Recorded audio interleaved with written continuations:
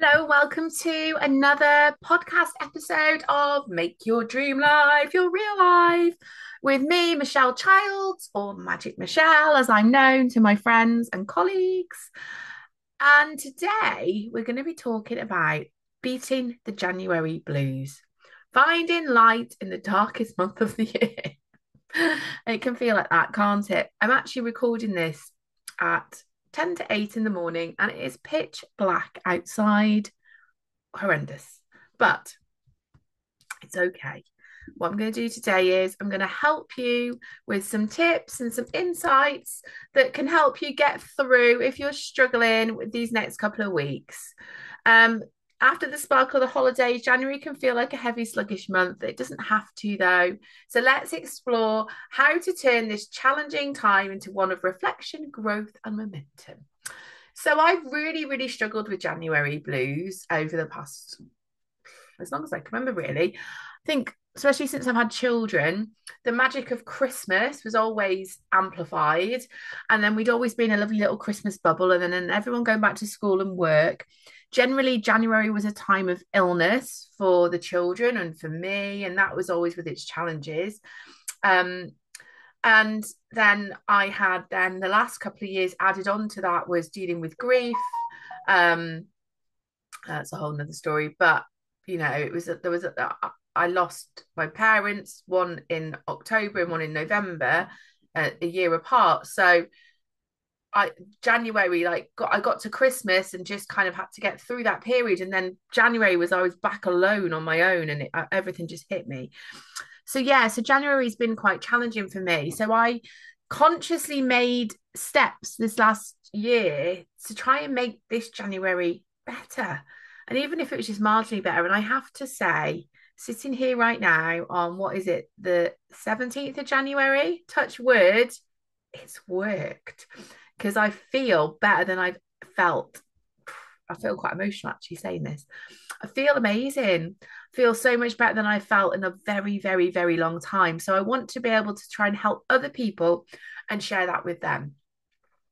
We do have Tim, who's poorly at the minute, my partner. But it's meant that I've been able to look after him, and it's quite unusual because he isn't very often very poorly. Um, so yeah. So the common signs of the January blues can be fatigue, lack of motivation, like the post-holiday come down, financial stress, because obviously everyone's got paid earlier, shorter days, the colder weather. And it's not unusual to feel tired during these darker months. Wintering is for that purpose. It's to just go inward a little bit, have a little bit of downtime. Like we have to roll with, like, if we look out in nature, everything's hibernating at the minute, and that's okay. It's good for us to do that. It's good for us to recharge. It's good for us to take some time inward and not be on the go constantly. Like yesterday, I just spent a good part of the morning and the early afternoon just working from my bed because I could.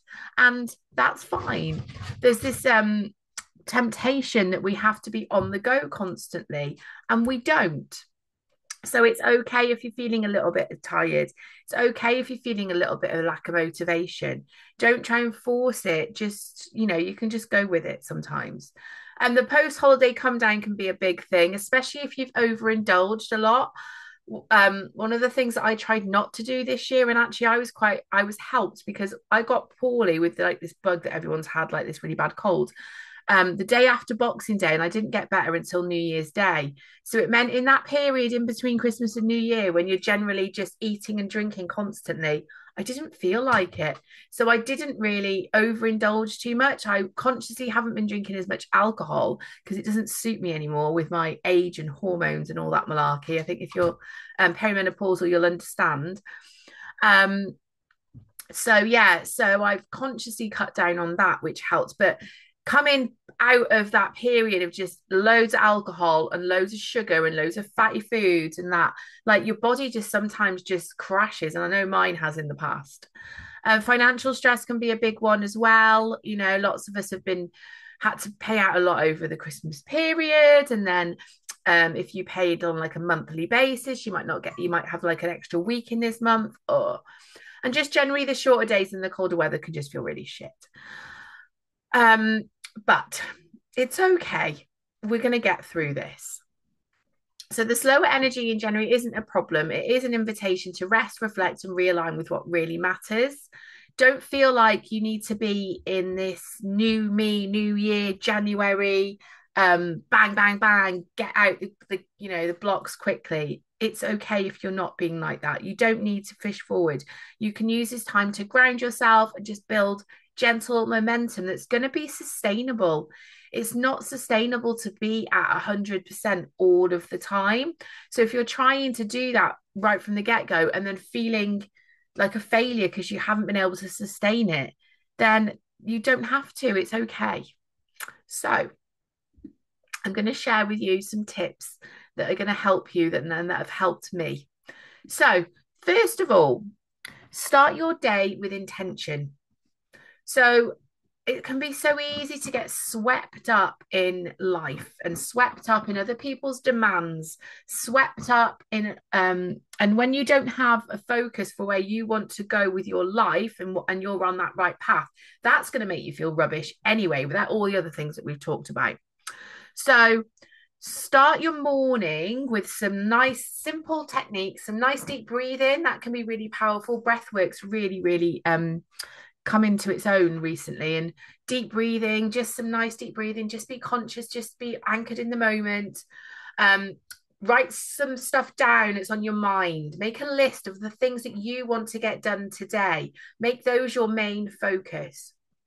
I used to do this years ago and got out the habit of doing it. So I would find that throughout the day, I'd kind of be scrolling a lot, not really sure of what I was meant to be doing, so not then doing it. And then at the end of the day, feeling really unaccomplished because I wasn't even sure what I wanted to accomplish. And I had so many things that I wanted to do. And I just kind of always felt like there was so many open loops.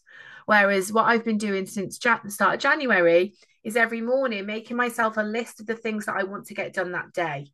And I'm okay with it if I don't get them all done. I've never had a day where I've done everything. That's all right. But just even to tick off a few things is really, really good. And it makes me, when I feel like sitting and scrolling, I think, oh, actually, what else could I be doing?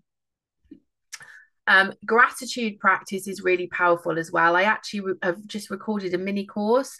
I'll put the links to it with this once it's ready, which has got a really cool gratitude practice in it as well. And gratitude though really is just anchoring yourself, just thinking about like, oh, really, I love my dog who's behind me, and like just feeling the joy of that. I love my kids, I love my work, I love my clients, I love my comfy bed, I love my dream big mug, my nice cup of tea, and just feeling those feelings of gratitude, just feeling those warm feelings fill your body and just feeling into that more.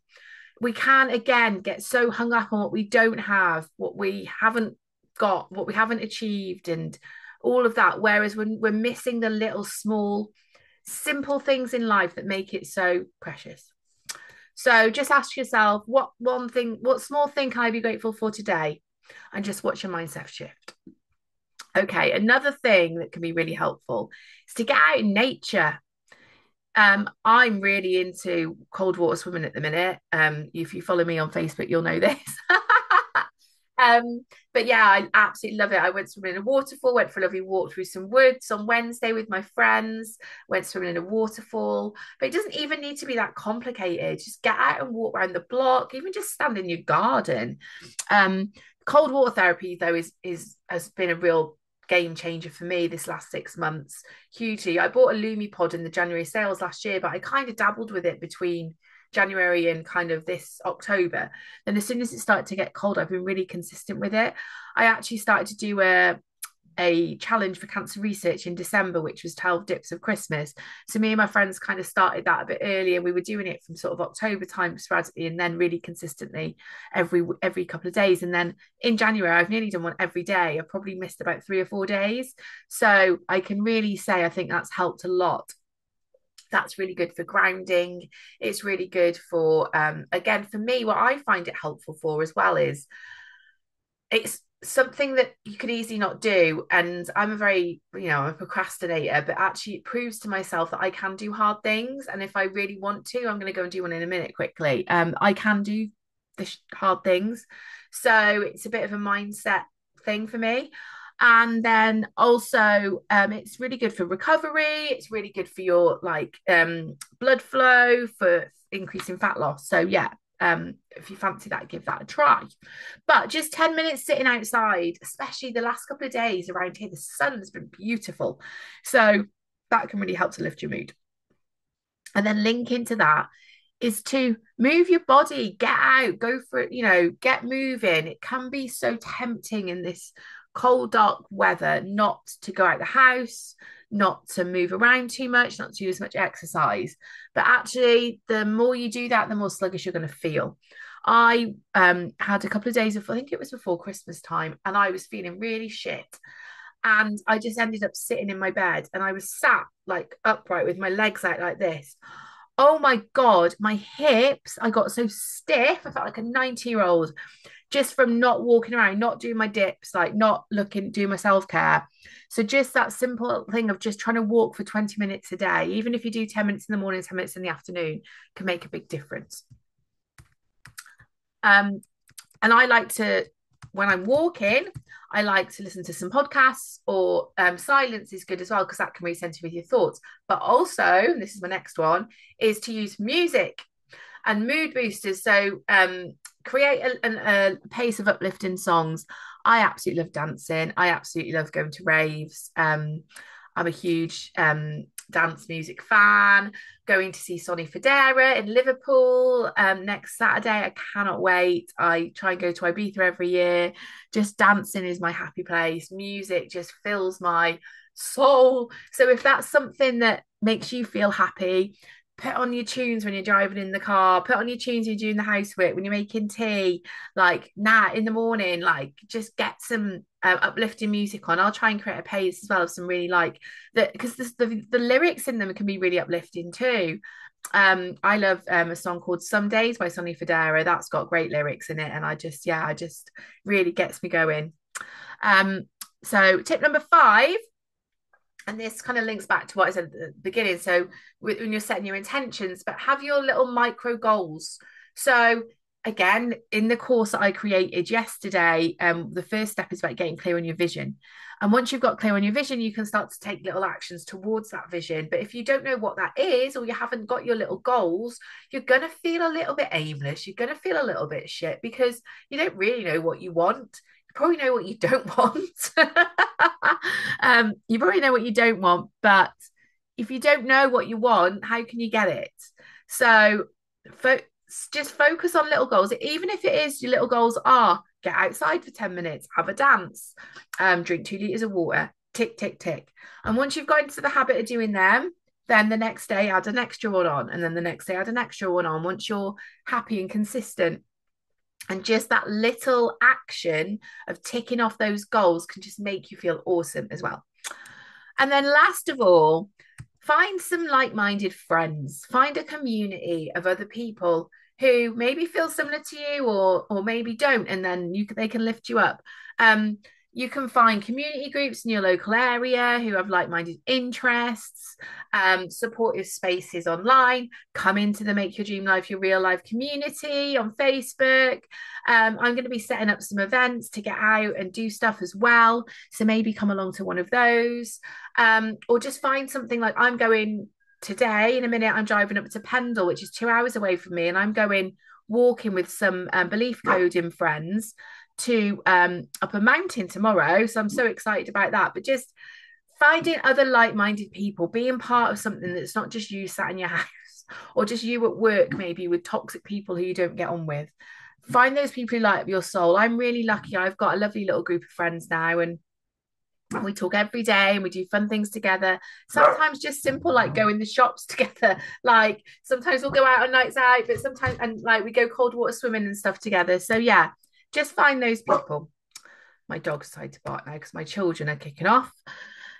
But and then obviously I'm going to talk about energy work because that's my jam. So energy healing as well around this is so important. I'm just going to open the door so you can get out. Go on then. I always knew recording this at this time of the day was never going to be straightforward. But yeah, energy work like belief coding or energy editing can help release blocks that just are adding to this feeling of January blues. And a reason why you can't necessarily be as um, positive and what's the word I'm looking for, like bouncing back as what you would be because of you've got other shit going on. And again, I've done so much work on myself this last few years because I've had to, because I've been through it, really have been through it. um and I've bounced back, and without this work I definitely feel like I wouldn't be in such a good state in this January. So there's things that you can look into, like EFT is super powerful. Obviously, I'm going to talk about my belief editing session. I have done one especially around the January blues. So if you're interested in that, just I'll put the link to it below or drop me a message. If you haven't done a one of mine before, then I'll send that to you free of charge. So just let me know if you'd like that. Um, and then so yeah, I'd love to know which one of these tips you find useful or if you get some success from this. And just remember, little small steps can create big shifts. You might not be able to shift your January blues massively right this month just by doing one little thing. But if you implement some of these things now, between now and next January, you might find that next January it doesn't impact you as much. So yeah, like I said, come and join the Make Your Life, Your Real Life, Your Dream Life Facebook community. And I feel feeling stuck, I would love to support you. I do one-to-one work. I've also got, like I said, my belief editing session, which is pre-recorded. You can do it all in your own time. I've got loads of free resources on my website too. And yeah, I'm just here to help you. And I hope you have a lovely day. And just remember, January doesn't have to be perfect. It's not about, it's about progress, not perfection. And let's just embrace this month as a gentle beginning. It's not a race. Sending you lots of love, and I will speak to you all soon. Bye bye.